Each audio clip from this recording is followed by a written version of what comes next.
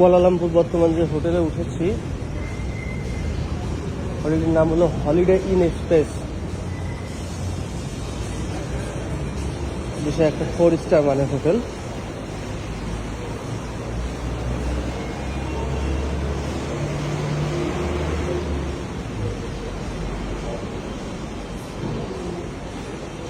আর ঘড়িতে সিডনি এখন 6টা 15, টোকিওতে 5টা 45, হংকংয়ের 4টে 15, এরকম সব দেশের মোটামুটি যেগুলো